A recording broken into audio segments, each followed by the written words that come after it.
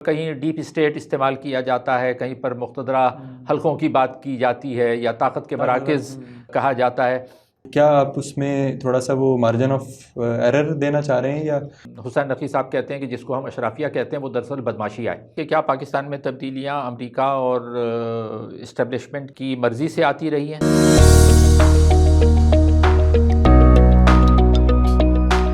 رائے ساز کے ایک اور ایپیسوڈ کے ساتھ حاضر خدمت ہیں۔ مجھے اسامہ خواجہ کہتے ہیں۔ ڈاکٹر ناظر محمود ہمارے ساتھ وی نیوز کے اسٹوڈیو میں موجود ہیں۔ بہت شکریہ ہمیں وقت دینے کے لیے۔ جب بھی پاکستان میں سیاسی حالات کا تجزیہ کیا جاتا ہے تو سیاسی جماعتوں کے ساتھ ساتھ ایک بہت زیادہ ٹرمینالوجی استعمال کی جاتی ہے اسٹیبلشمنٹ کی، جس کا شاید براہ راست سیاست یا سیاسی حالات سے تعلق ہونا نہیں چاہیے۔ آپ اسٹیبلشمنٹ کو کیسے ڈیفائن کریں گے؟ بظاہر تو یہ سمجھا جاتا ہے کہ اس سے مراد فوج ہے یا پھر فوج کی کمانڈ کرنے والے کچھ جو جنرلز ہیں وہ ہیں۔ کیا آپ کے خیال میں یہ چند ایک لوگ ہی ہیں جو کہ پاکستان میں اسٹیبلشمنٹ کی ڈیفینیشن پہ پورا اترتے ہیں؟ دیکھیں، یہ بڑا دلچسپ سوال ہے میرے خیال میں، اور یہ بات درست ہے کہ اسٹیبلشمنٹ کی اصطلاح جو ہے وہ خاصی استعمال ہوتی رہی ہے، اور یہ بھی درست ہے کہ زیادہ تر لوگ اس اسٹیبلشمنٹ سے مطلب فوج ہی لیتے ہیں، اور فوج کیوں نہیں کہا جاتا؟ فوج کا نام استعمال کرنے میں شاید کچھ قباحت ہے، کیونکہ بحیثیت ایک پورے ادارے کو معاشرتی برائیوں کا ذمہ دار قرار دینا غالباً ٹھیک نہیں ہوتا، تو اس لیے کہیں ڈیپ اسٹیٹ استعمال کیا جاتا ہے، کہیں پر مقتدرہ حلقوں کی بات کی جاتی ہے یا طاقت کے مراکز کہا جاتا ہے، تو اس طرح کی چیزیں استعمال ہوتی ہیں۔ لیکن یہ اس کو تھوڑا سا ہم ان پیک کرتے ہیں نا کہ میں کیسے دیکھتا ہوں اس کو۔ میرے خیال میں کہ اسٹیبلشمنٹ سے مراد وہ تمام لوگ ہیں، ان کو شامل کرنا چاہیے، میں کرتا ہوں، کہ جو اقتدار میں اسٹیبلش ہیں، یعنی جن کی جڑیں جو زیادہ تر وقت اپنی زندگی کا بڑا حصہ اقتدار کے ساتھ گزارتے ہیں۔ تو ظاہر ہے کہ اس میں سب سے زیادہ تو سول اور فوجی افسر شاہی آ جاتی ہے۔ میں سول افسر شاہی کو الگ نہیں کرتا، اور افسر شاہی میں اس لیے کہہ رہا ہوں کہ اگر ہم فوج کی بات کرتے ہیں تو ظاہر ہے فوج کے عام سپاہی یا جو پولیس کے سپاہی ہیں وہ ظاہر ہے اس کا حصہ نہیں ہے، کیونکہ وہ خود بھی جن حالات میں زندگی گزارتے ہیں ہمارے سامنے۔ لیکن جو افسر کیڈر آ جاتا ہے، افسروں کا جو کیڈر ہے، وہ ظاہر ہے اسٹیبلشمنٹ کا حصہ ہے، کیونکہ یہی سب ان کی نوکری پکی ہوتی ہے، پھر ان کے پروموشنز پکے ہوتے ہیں، اس کے ساتھ ساتھ یہ قومی خزانے سے سب سے زیادہ فائدہ جو اٹھا سکتے ہیں وہ اٹھاتے ہیں۔ تو وہ اس میں سول بیوروکریسی بھی ہے، اور یعنی سیکریٹری، اور سول بیوروکریسی میں سارے گزیٹڈ آفیسر آ جاتے ہیں میرے خیال میں، اور فوجی بیوروکریسی میں بھی، فوجی افسر شاہی میں بھی وہ سارے جو کمیشن افسر ہیں وہ سارے شامل ہیں، کیونکہ ان کی نوکری پکی ہے، تنخواہیں پکی ہیں، پینشنیبل جابس ہیں، ان کو مجموعی طور پر مستقبل کی کوئی فکر نہیں ہوتی، یہ اقتدار سے جتنے مزے لے سکتے ہیں یہ لوگ لیتے ہیں۔ لیکن صرف یہ اسٹیبلشمنٹ نہیں ہے، میرا یہ خیال ہے کہ اب جو سول بیوروکریسی کی ہم بات کرتے ہیں تو اس میں عدلیہ بھی آ جاتی ہے۔ ظاہر عدلیہ بھی سول بیوروکریسی کا حصہ ہے، کیونکہ ان کا بھی سلیکشن ہوتا ہے، سلیکشن کے بعد پکی نوکری ہوتی ہے، پکی جاب ہوتی ہے، پینشنیبل جاب ہے، اور وہ بھی اقتدار سے تنخواہیں آپ دیکھ لیں، جو کہ سب سے زیادہ تنخواہیں ابھی بھی آئی ہیں، وزیر اعظم سے زیادہ تنخواہ ججز لیتے ہیں، تو ججز بھی اسٹیبلشمنٹ کا حصہ ہیں۔ لیکن اس کے ساتھ ساتھ وہ تمام جاگیردار، کاروباری لوگ، سیاستدان، سرمایہ دار، انڈسٹریلسٹ، میں ان سب کو شامل کروں گا جو کہ کسی نہ کسی طرح اقتدار کے فائدے حاصل کرتے ہیں اور اقتدار کے ساتھ چمٹے رہتے ہیں۔ مثال کے طور پر نام لیے جا سکتے ہیں کہ وہ سیاستدان جو زیادہ تر وقت اقتدار کے ساتھ رہتے ہیں، بہت کم عرصے کے لیے اگر باہر ہوتے ہیں تو پھر کوشش کرتے ہیں کہ کسی طرح وفاداریاں بدل کے دوبارہ اقتدار کے ساتھ آ جائیں، جیسے چودھری برادران ہیں۔ میرے خیال میں چودھری برادران لازمی طور پر اسٹیبلشمنٹ کا حصہ ہیں، بے شک وہ کبھی کسی وقت میں سال دو سال کے لیے اقتدار سے باہر رہے ہوں، لیکن مجموعی طور پہ ایوب خان کا خاندان دیکھ لیں آپ، وہ ان کی کوشش یہ ہوتی ہے کہ کسی نہ کسی طرح اقتدار کے ساتھ چمٹے رہیں۔ شیخ رشید ہیں، وہ اقتدار کے ساتھ رہیں گے، اعظم سواتی ہیں، وہ اقتدار کے ساتھ رہیں گے، اور ایسے بے شمار نام ہیں۔ تو یہ سلیکٹیبلز جتنے بھی ہیں، سارے میں نہیں کہوں گا، کیونکہ اب جب ہم اس پہ بات کریں گے پیپلز پارٹی اور نون لیگ پہ، تو بہت سے الیکٹیبلز اس میں بھی ہیں، لیکن میں ان میں سے بہت سے لوگوں کو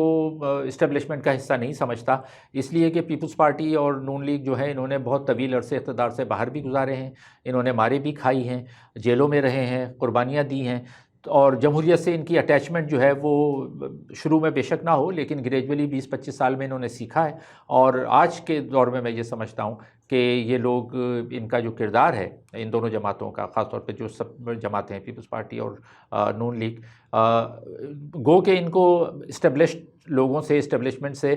مفاہمت کرنی پڑتی ہے اقتدار میں آنے کے لیے، لیکن جب بھی یہ اقتدار میں آئے ہیں تو انہوں نے کوشش یہ کی ہے کہ جو اسٹیبلشڈ لوگ ہیں ان کو ذرا سا پش کیا جائے، اور پش کر کے جو عوامی مفاد کے جو ایجنڈا ہے اس کو آگے بڑھایا جائے، چاہے وہ 18ویں ترمیم کے ذریعے پیپلز پارٹی نے کیا وہ ہو، یا اس سے پہلے جو میثاق جمہوریت پہ دستخط کیے گئے وہ ہو، یا شریف فیملی کے جو ترقی کے کام ہیں پاکستان میں، سی پیک کو دیکھ لیں، تو یہ سارے عوام دوست کام ایسے تھے کہ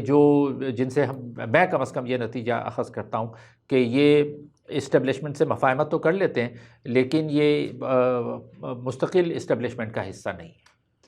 لیکن اگر آپ جو کرائٹیریا ڈیفائن کر رہے ہیں اس میں انڈسٹریلسٹ ہیں، جاگیردار ہیں، جی، بڑے بڑے سرمایہ دار ہیں، اور پھر وہ تمام بھی جو کہ ان کی نرسری سے نکل کے آئے ہیں، تو وہ سارے بھی تو ان جماعتوں میں موجود ہیں، اور ڈفرینٹ مواقع میں 18ویں ترمیم کی اگر آپ بات کر رہے ہیں تو 18ویں ترمیم ہی کے موقع پر جوڈیشری کے حوالے سے اس وقت افتخار چودھری صاحب بگڑ گئے تھے تھوڑے سے، تو انہوں نے کمپرومائزز تو کیے ہیں، تو کیا آپ اس میں تھوڑا سا وہ مارجن آف ایرر دینا چاہ رہے ہیں یا؟ بھئی دیکھیں، ان کو ظاہر ہے جو جتنی جو اسٹیبلشمنٹ ہے ہمارے یہاں، جس میں یہ ساری جو ابھی آپ کو گنوائے جو لوگ ہیں، جو اسٹیبلشمنٹ جب تعین کرتی ہے تو اس میں وہ حدود و قیود میں رہنا پڑتا ہے۔ جو بھی الیکٹڈ گورنمنٹ آتی ہے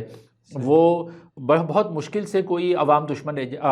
دوست ایجنڈا آگے لے کر چل سکتی ہے۔ 18ویں ترمیم کی آپ نے اچھی مثال دی کہ اس وقت 18ویں ترمیم بہت بہتر ہو سکتی تھی، یعنی جو میثاق جمہوریت، میرا یہ خیال ہے کہ پورا میثاق جمہوریت جو ہے وہ 18ویں ترمیم میں ریفلیکٹ ہونا چاہیے تھا، آنا چاہیے تھا اس کا عکس، لیکن وہ نہیں ہو سکا۔ اب افتخار چودھری کی مثال آپ نے بالکل ٹھیک دی کہ وہ تو پھر بالکل، یعنی ایک وقت ایسا آ گیا تھا کہ وہ کھڑے ہو گئے تھے کہ ممکن تھا کہ وہ 18ویں ترمیم کو ہی قرار دے دیتے کہ بھئی یہ ٹھیک نہیں ہے اور آئین کے بنیادی ڈھانچے کے خلاف ہے،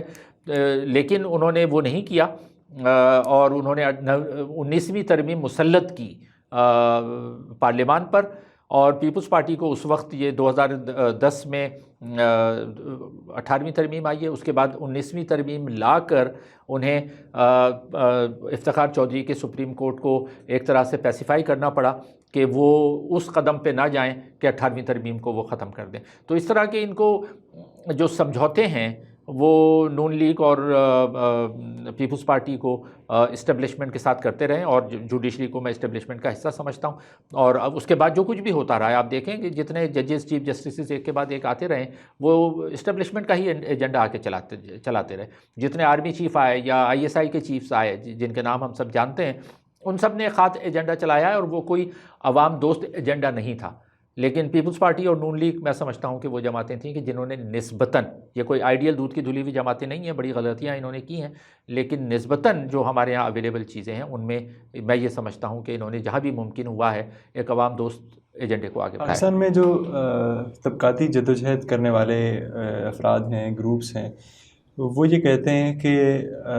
چند ایک خاندان ہیں جن سے نکلنے والے افراد جو ہے وہ بیوروکریسی کا حصہ بھی بنتے ہیں، وہی چاہے وہ سول ہے، ملٹری ہے، یا پھر اور انہی کے چند افراد وہ سیاست میں بھی آتے ہیں، انہی کے چند افراد انڈسٹریلسٹ بھی ہوتے ہیں، انہی کی بڑی بڑی جاگیریں بھی ہیں جس پہ مختلف کتابیں بھی لکھی گئی اور ریسرچز بھی ہوئی ہیں، اور کسی حد تک یہ ویل اسٹیبلشڈ بات بھی ہے۔ تو آپ نہیں سمجھتے کہ یہ جو چند خاندان ہیں یہ بھی اسی اسٹیبلشمنٹ کا حصہ ہیں، جو اور بڑے خاندان ہیں، آپ ان کی مثال دیکھ سکتے ہیں، چاہے وہ شاہ محمود قریشی کا خاندان ہے یا چودھری برادران کی آپ نے بات کی، اور کئی لوگ ہیں جو کہ کئی دہائیوں سے باپ دادا وہ سبھی لوگ سیاسی معاملات بھی اور باقی دیگر چیزیں بھی دیکھتے چلے آ رہے ہیں، تو آپ کیا ان کو بھی اسٹیبلشمنٹ کا حصہ سمجھتے ہیں؟ بالکل، میں نے بھی کہا یہ بڑے جاگیردار شاہ محمود قریشی تو بالکل لازمی طور پر اسٹیبلشمنٹ کا حصہ رہے ہیں، بارنگ تھوڑا بہت جو پیریڈ رہا ہے ان کا، اس کے علاوہ یہ اسٹیبلشمنٹ کا حصہ رہے ہیں۔ لیکن جو خاندانی سیاست کی بات کی جاتی ہے، یہ ایک بڑی بار بار دہرائی جاتی ہے یہ بات کہ پاکستان میں خاندانی سیاست ہے، دیکھیں شریف خاندان کی سیاست ہے۔ میں معذرت قطع کلامی کے لیے، میں خاندانی سیاست سے ہٹ کر جو چند خاندانوں کا پاکستانی جو سماج ہے، یہ جو ریاست یا جو سیاست کے اوپر کنٹرول ہے، میں اس کے حوالے سے تھوڑی سی بات کر رہا ہوں۔ اب یہ جو بڑے خاندان ہیں، اس پہ کتابیں بھی لکھی گئی ہیں، جیسا آپ نے کہا یہ بڑے خاندان ہیں، ظاہر ہے یہ بااثر خاندان ہیں، اور عمرا کا خاندان ہے. اب یہ اشرافیہ تو نہیں، وہ سینئر صحافی حسین نقی صاحب کہتے ہیں کہ جس کو ہم اشرافیہ کہتے ہیں وہ دراصل بدماشی آئے. تو وہ کہتے ہیں کہ اشرافیہ کا لفظ نہیں استعمال نہ کرنا چاہیے، بدماشیہ کا لفظ استعمال کرنا چاہیے، کیونکہ یہ وہ بدماشی آئے جو بدماشی کے ذریعے وہاں تک پہنچے. یہ کوئی اس طرح سے نہیں، یعنی اب یہ جو چودھری خاندان ہو گئے یا شاہ محمود قریشی کا آپ نے حوالہ دیا، یا خود حکمران اس وقت جو حکمران ہیں ان میں بھی کوئی ایسا نہیں ہے کہ یہ سارے بالکل دودھ کے دھلے ہوئے ہیں. ان کے بھی بیک گراؤنڈ میں بہت ساری چیزیں ہیں ایسی، جو نا کہ اسکیلیٹن ان دا کبڈ یہ رہے ہیں. تو اب اس سے نکلنا تو چاہیے کہ کسی طرح سے یہ خاندانوں کا چند خاندانوں کا، لیکن جب تک معاشرے میں سرمایہ کی بالادستی ہے اور الیکشن میں آپ کو پیسہ چلتا ہے، جب تک یہ بنیادی تبدیلی نہیں آئے گی اس وقت تک یہ خاندان تو چلتے رہیں گے. لیکن میں خاندان کا اس لیے مخالف نہیں ہوں ایز سچ، خاندانی سیاست کا بھی، کہ سوال یہ ہے کہ آپ ایجنڈا کیا لے کے چل رہے ہیں. اگر کوئی سیاسی خاندان ہے لیکن وہ کسی وقت اقتدار میں آنے کے بعد عوام دوست ایجنڈا لے کے چلتا ہے، عوام کے مفاد کے لیے کام کرتا ہے،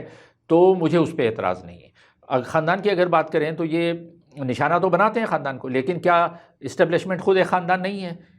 اولڈ بوائز ایسوسی ایشن نہیں ہے، ججوں کا ایک خاندان نہیں ہے. تو یہ بالکل یعنی بلڈ ریلیشن نہ ہو، خونی رشتے بے شک نہ ہوں، لیکن یہ کام ایک خاندان کے طور پہ کرتے ہیں. اس کی مثال یہ ہے کہ جو کبھی دیکھیں کسی بھی آرمی چیف کو یا کسی آئین توڑنے والے کو، فوجی عامر کو کبھی کوئی سزا نہیں ہوئی. کیوں نہیں ہوئی؟ وہ ان کے جو آنے والے تھے وہ ان کے خونی رشتہ دار نہیں تھے، خون کے رشتہ دار نہیں تھے، بلڈ ریلیشن نہیں تھا، لیکن وہ جس ادارے کے ساتھ وابستہ ہوتے ہیں، جس اسٹیبلشمنٹ کے ساتھ وابستہ ہوتے ہیں، اس میں وہ ایک دوسرے کا تحفظ کرتے ہیں. تو اس کو بھی میں ایک خاندان ہی مانتا ہوں. ججوں کا دیکھ لیں کہ ججوں نے ایک کے بعد ایک ایسے فیصلے کیے ہیں. ابھی تک بھٹو کا جو فیصلہ ہوا تھا، جو کہ دنیا بھر میں مانا جاتا ہے کہ غلط فیصلہ تھا، اس کو بھی انہوں نے اس کی کریکشن نہیں کی ہے. کیوں نہیں کر رہے؟ یہ اپنے جو پیشرو ہیں ان پیشروؤں کا تحفظ کرتے ہیں. تو یہ خاندان جو ہے وہ صرف سیاسی خاندان کی تو بات کی جاتی ہے، لیکن ججوں کا خاندان اور فوجیوں کے خاندان کے بارے میں بات نہیں کی جاتی. آخری چیز، جس وقت بھی یہ جتنے بھی پولیٹیکل پاکستان میں پارٹیز اقتدار میں آئی ہیں یا پولیٹیکل لیڈرز، تو جب بھی اقتدار سے نکلے ہیں تو انہوں نے یا تو امریکہ کو مورد الزام ٹھہرایا ہے یا پھر اسٹیبلشمنٹ، جس پہ ابھی تک کی ہماری ساری ڈسکشن ہوئی ہے. پچھلے سال جس وقت عمران خان ابھی بلکہ وزیر اعظم ہی تھے، تو انہوں نے یہاں پریڈ گراؤنڈ میں جلسہ کر کے تو ایک سائفر لہرایا اور کہا کہ یہ امریکہ کی سازش ہے، اور پھر اس کے بعد اس کو اسٹیبلشمنٹ سے نتھی کیا کہ اسٹیبلشمنٹ نے امریکہ کے ساتھ مل کے مجھے اقتدار سے نکالا ہے. تو کیا باقی سمجھتے ہیں کہ عمران خان، اور اس کے بعد سے کی ساری ایپیسوڈ آپ کے سامنے ہے، کہ یہ واقعی عمران خان جو اس وقت تحریک لے کے چل رہے ہیں، جو اس سے پہلے مختلف باقی پولیٹیکل پارٹیز کا ایجنڈا بھی رہا، کہ یہ واقعی اسٹیبلشمنٹ کے مخالف ہیں اور یہ اسٹیبلشمنٹ کو کنٹرول کرنا چاہتے ہیں، کرنے میں کامیاب ہو جائیں گے؟ دیکھیں اس سوال کے دو پہلو ہیں. ایک تو یہ کہ کیا پاکستان میں تبدیلیاں امریکہ اور اسٹیبلشمنٹ کی مرضی سے آتی رہی ہیں؟ تو اس بات میں بڑی حد تک صداقت ہے کہ ان میں ان کا عمل دخل رہا ہے. چاہے وہ ذوالفقار علی بھٹو کو ہٹایا گیا ہو یا اس سے پہلے جو سہروردی کو ہٹایا گیا ہو، اس میں بین الاقوامی طور پر امریکہ کا عمل دخل پاکستان میں اچھا خاصا رہا ہے. ٹھیک ہے. ضیاء الحق کو جو 11 سال حکومت کے ملے وہ امریکہ کی پشت پناہی سے ملے، مشرف کو 9 سال گورنمنٹ میں ملے وہ امریکہ کی پشت پناہی سے ملے. تو امریکہ کا عمل دخل تو رہا ہے، لیکن یہ کہنا ٹھیک نہیں ہوگا کہ ہر فیصلہ یا ہر سیاستدان یا ہر وزیر اعظم کو امریکہ کی مرضی پہ نکالا گیا. اس میں اسٹیبلشمنٹ کا کردار ضرور آ جاتا ہے کہ اب 90 کی دہائی کی مثال دیں نا، 1990 سے 2000 تک یا 99 تک 4-5 دفعہ حکومتیں تبدیل ہوئیں، اور ان سب میں بظاہر تو وہ صدر پاکستان نے ہٹایا. غلام اسحاق خان نے 2 ہٹائے، اس کے بعد پھر ایک فاروق لغاری صاحب نے ہٹایا، ایک خود جنرل مشرف نے ہٹایا. تو یہ ساری جو حکومتیں ہٹائی گئیں یہ اسٹیبلشمنٹ کی ایما پہ ہٹائی گئیں، فوج کی ایما پہ ہٹائی گئیں. فوج کی کنسنٹ کے بغیر، فوج کی رضامندی کے بغیر یہ ممکن نہیں تھا. تو یہ بات درست ہے کہ یہ ساری تبدیلیاں اسٹیبلشمنٹ کی مرضی سے ہوتی رہی ہیں. اب آپ کے سوال کا آخری پہلو وہ یہ ہے کہ کیا واقعی عمران خان اینٹی اسٹیبلشمنٹ ہیں؟ میں ان کو اینٹی اسٹیبلشمنٹ یا اسٹیبلشمنٹ میں مخالف نہیں سمجھتا، اس لیے کہ کبھی انہوں نے ایک تو خود کبھی جمہوری اسٹیبلشمنٹ مخالف ہونے کے لیے ایک شرط یہ ہے کہ آپ حتی الامکان جمہوری قدروں کی پاسداری کریں، جب پارلیمانی سیاست کو مضبوط کرنے کی کوشش کریں.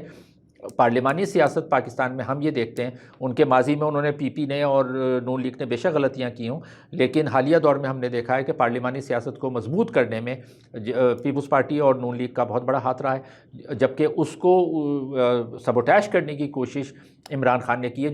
جو کہ اسٹیبلشمنٹ کے ایجنڈے کی تکمیل تھی۔ تو ایک تو اس لحاظ سے میں عمران خان کو اینٹی اسٹیبلشمنٹ نہیں مانتا۔ دوسری بات یہ کہ انہوں نے کبھی بھی یہ نہیں کہا، جیسے مثلا جو اصل بات ہے مسنگ لوگوں کے ایشو کو نہیں اٹھایا، peoples party on and off اٹھاتی ہے، بات کرتی ہے، فرت اللہ بابر بات کرتے ہیں، شہباز شریف بات کرتے ہیں، عمران خان کبھی نہیں کریں گے۔ عمران خان صاحب فوج کے کاروبار کے بارے میں بات نہیں کریں گے،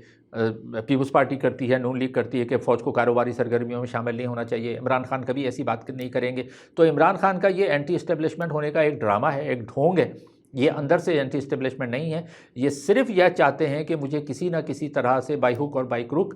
اقتدار میں لایا جائے، اور جیسے پہلے تھا کہ اقتدار میں خود آ گئے، باقی جنرل باجوہ اور جنرل فیض حمید جو کچھ بھی کرتے رہے اس سے انہیں سروکار نہیں ہے۔